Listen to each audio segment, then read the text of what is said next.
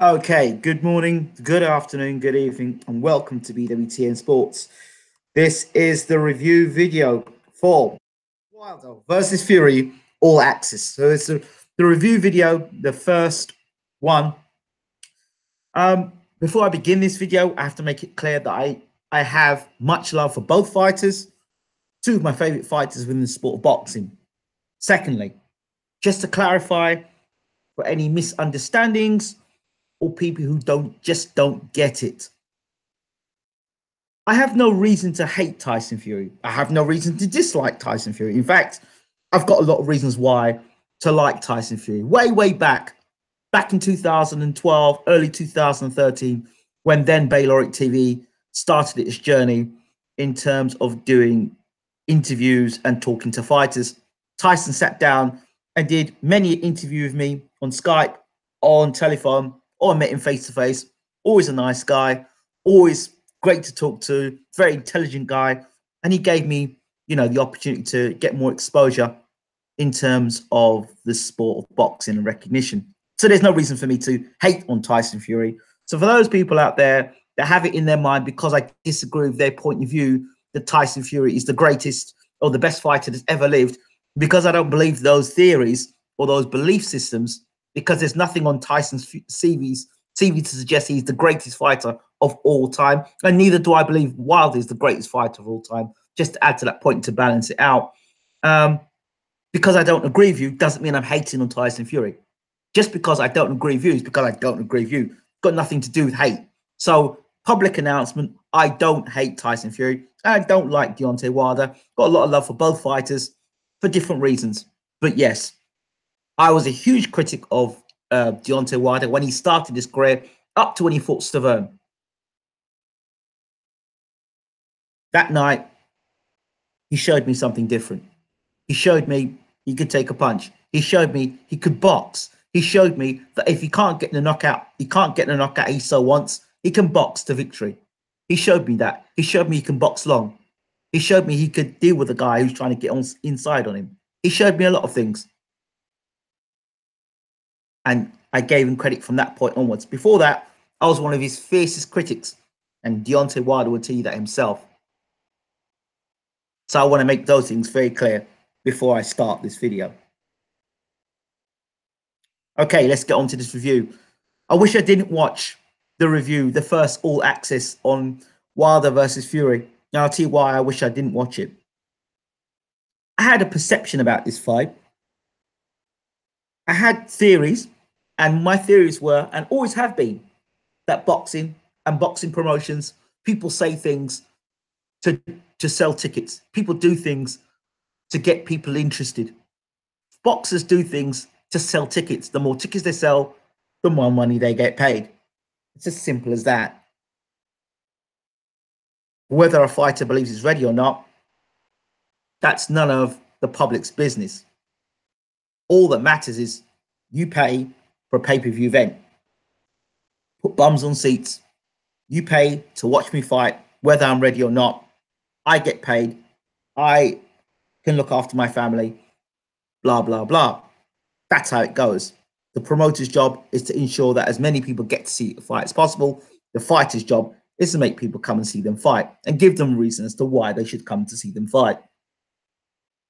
Now, what I've saying now is what I've said time and time again. For those of you who've followed my commentary on Tyson Fury's comeback, will know that what I'm saying here is something I've repeated over and over again. I've said that I believe I hope Tyson Fury did not take two bum fights, or when I say two bum fights, two fights which are non-competitive, and then shove them into a world title fight. That's exactly what has happened. That is exactly what is happening now. Two fights, and now a world title fight. Now, whilst there are people out there who think Tyson's got the ability to beat Wilder, I wouldn't argue with them. I wouldn't argue with them 1 point. But what I will argue with them is this. The night that Tyson Fury got in the ring against Deontay Wilder to argue with him and have that thing that got well over 1 million views and rocked the boxing world, when those two got together and started shouting and screaming at one another. And it was entertaining. At that point there, if not mentally, physically, Tyson was in great shape and at that time was on top of the world. That would have been the perfect time for Tyson to fight Deontay Wilder. But time waits for no man. Since 2000, since that time, Wilder has still been fighting, still been making title defenses, and still been improving as a boxer, as a fighter, as a puncher, as an all-round athlete. He has been improving. He has been learning on the trade. He's become better. From an apprentice to a prospect, to a contender, to a champion learning on the road, to an experienced champion. Now, after fighting Spilka, going onwards, Wilder's gone on and destroyed Stavern. He's then fought the bogeyman in the division, Ortiz. He now faces Tyson Fury. What did Tyson be doing for the last 2 years? Where he has been spending most of his time now losing weight. Has he actually improved in his skills? Has his skills actually improved? How much more could he improve from that Klitschko performance? A lot of people are basing Tyson's victory over Wilder or proposed victory over Wilder with the Klitschko fight. A guy who had already been beaten, a guy who's defensively responsible and won't commit in an attacking fashion unless he knows the punch is going to land. A guy who'd been knocked out before, a guy who Tyson Fury had beaten mentally inside the ring. And then the game plan was ripped apart from Klitschko with the whole ring scenario.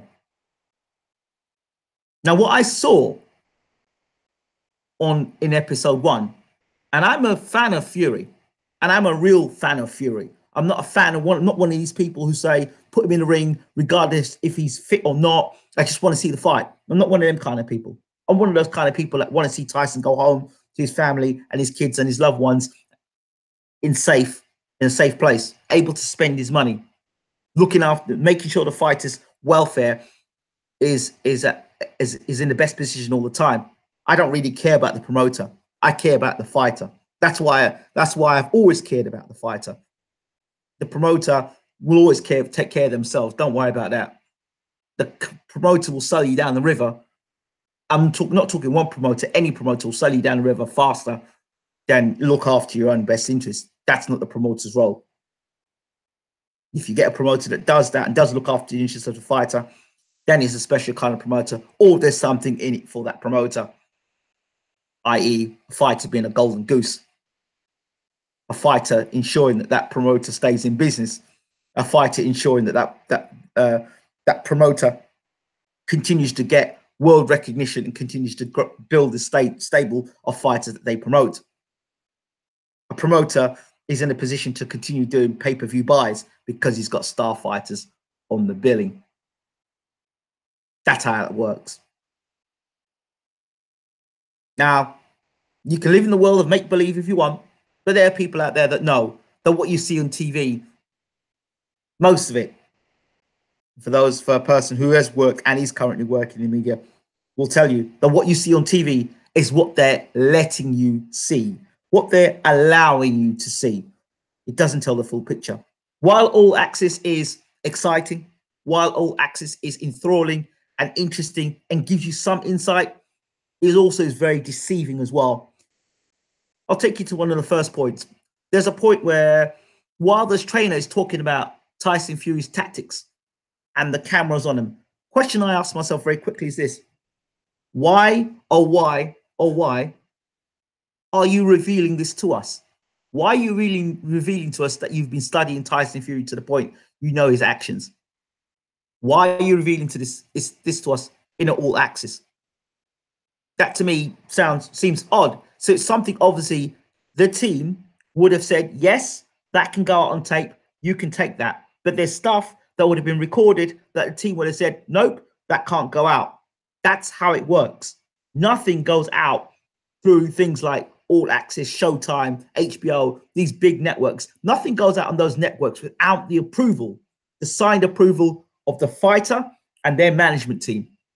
So everything you see is through their approval. And what's not meant to be out there is not meant to be out there.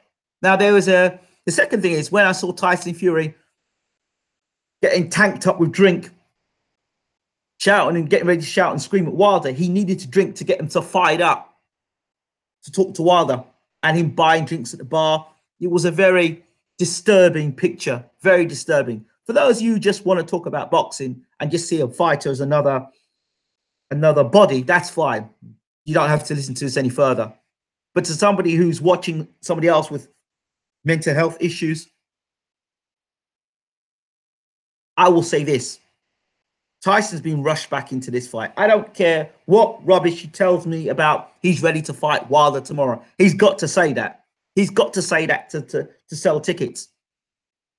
The family's got to say that Tyson will beat Wilder. And listen, there's nothing to suggest that Tyson cannot beat Wilder. There's nothing to suggest he cannot beat Wilder. In the sense that what I mean by it is he's got 2 arms, he's got 2 legs, he's going to be in the ring. He's got a chance if he hits Wilder on the chin, he can drop Wilder, knock Wilder out, and then he becomes champion. Where Tyson stands no chance of beating Wilder is if he doesn't show up in the ring or the belt's not on the line. That's where we're talking about chances there. But once he's in the ring, there's an opportunity. So there's a chance. So I look at it that way as well. I'm concerned for Tyson. I'm concerned he's been rushed into this fight. I don't think that he's had enough time to prepare. I don't care how much time he spends up in the mountains training.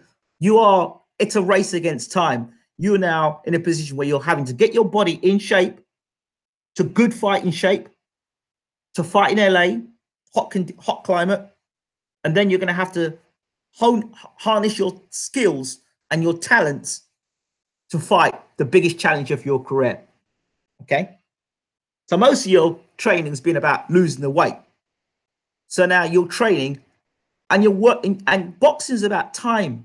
It's timing, consistency, and the right time. Is it the right time for Tyson to be fighting Wilder now? Hell no, it's not. It might be the right time for boxing fans and boxing fanatics, and they just want to see the best fight the best. But timing, no. Tyson needed another year to harness his skills, to sharpen his skills, to have some challenges, to lose the weight, to get himself in the best possible condition. He can tell you that, this is the best possible Tyson Fury now.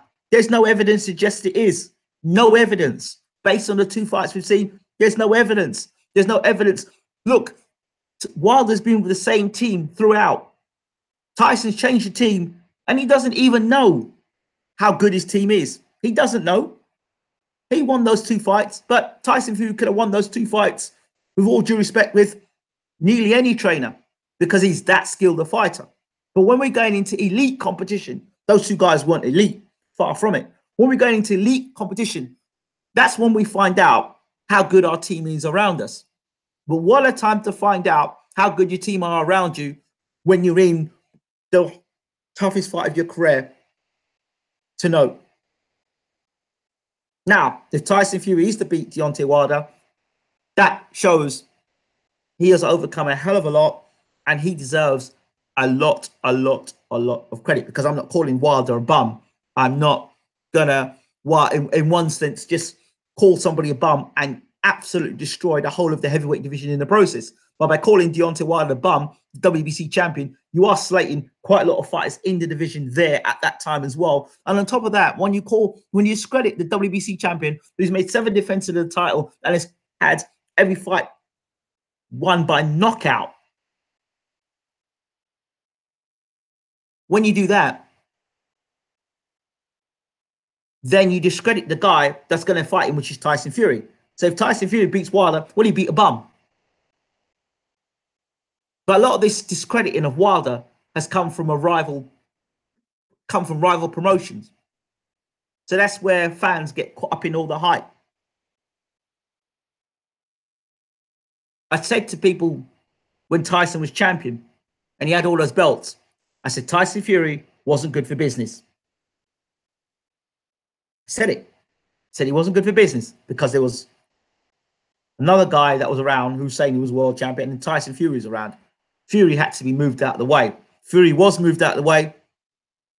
And then the other champion, Anthony Joshua, we talk about, was elevated.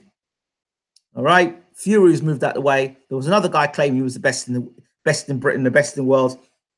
He had to get his opportunity. He got his shot. Fury's moved out of the way, and the rest is history. Fury's back. But now Joshua's had time to establish himself as a world player. And there is only really three people now to really focus on: Wilder, Fury, and Joshua. Should Wilder beat Fury, there's only one man left, which is Joshua. The rest are all contenders. Nobody else. So if Wilder beats Fury and then he goes on to beat Joshua, does that mean that we've got a bum as an undisputed heavyweight champion of the world? Or does that mean the people that are calling Wilder a bum really don't know what they're talking about and don't know what they're watching? Fury says that Wilder's punching power is untested. Well, let's just hope, for Fury's sake, that he doesn't get clipped. There's 12 rounds. 12 rounds for Wilder to show Fury that he's a world-class puncher. I've just seen the effects of what's happened to the guys that have been hit by Wilder. Some guys have had more resistance than others, but they all have gone down or been stopped.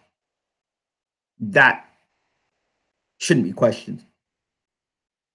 And Fury's been down himself by guys who don't punch anywhere near the sort of power that Wilder possesses. Wilder has improved as a fighter.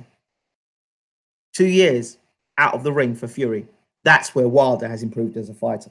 If you can't see that, that's fine. On Fight Night again, he'll improve even further. And there'll be even more modifications to the fighter, called the Bronze Bomber. I just wonder if between the 2 years Tyson's been out and now this rushed fight, I still think it's rushed, has he got enough in the tank to beat Deontay Wilder? We're soon going to find out. But for me, I stand on my standpoint.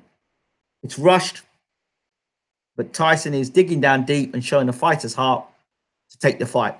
It's not the best circumstances, but it is what it is. But I do have concerns for Tyson Fury.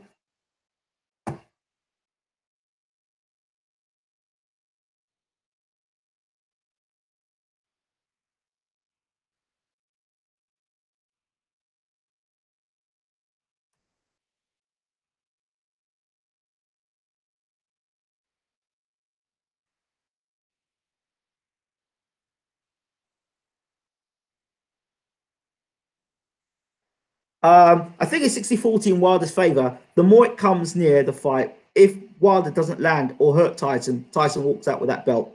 He will land and he will hurt him because Fury's not going to avoid Wilder for 12 rounds. Sorry. I sincerely hope Tyson can pull it off, but I'm a little concerned by Big John's interview saying he's at 50% fitness. That's not good. But he might have just said that just to fool people. John said Ben, too novice for my son. Oh dear. Do you think there's any chance Wilder could beat Fury on points? Yeah, there's always a chance.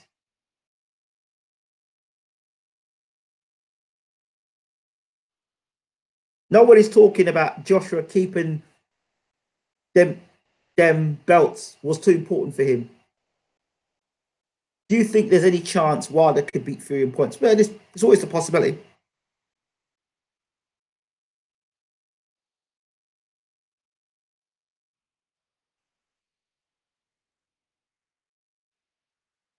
Tyson always keeping left hand low, and he throws hooks and uppercuts. Damn it, Wilder's gonna time it easy in doing that. Wilder's gonna send Joshua on permanent vacation. Send Freddie Roach in to check Wilder's hand wraps. I honestly think if Wilder wins, if Fury wins, Wilder will get the draw or decision. I expect controversy. However, despite Wilder lack of technique, the odds of probability here to favour Wilder winning for me. I know everyone's talking about Wilder's lack of technique, but are you suggesting that Luis Ortiz had a lack of technique? If you're going to dismiss Wilder's technique, please dismiss Luis Ortiz. Please dismiss Luis Ortiz on forget about the fighters he's beat.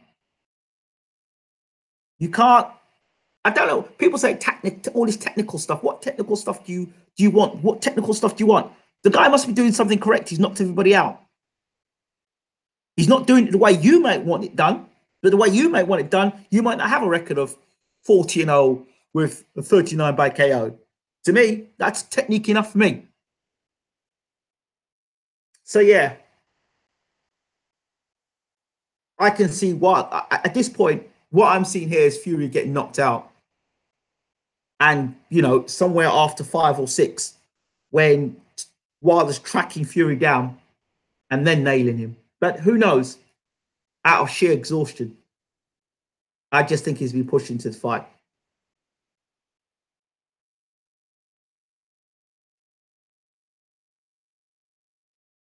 I ain't joking. I want Wilder's hands checked before the fight.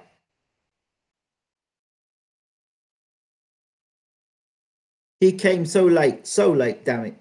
To be honest, I feel Ortiz only lost because he gassed. His technique did reign supreme over Wilder. Whose problem is that? Whose problem is that? I could say, well, Povetkin was giving Joshua problems, but Povetkin's stamina let him down. I could say Nigel Ben would have beaten Chris Eubank if his stamina didn't let him down. That's not a point, because we're not talking about what if. If Amir Khan had a chin, he'd be undisputed welterweight champion. We can't talk like that. Anyway, those are my thoughts on Wilder versus Fury All Access review, episode 1. I try to be unbiased. I try to be unbiased. I try to keep things as balanced as possible. Some people don't like to hear that. I understand that. But anyway, thank you all so much for listening to Wilder versus Fury All Access review, episode 1. You've been watching BWTM. Thanks for watching. Don't forget to hit the subscribe button. We're out.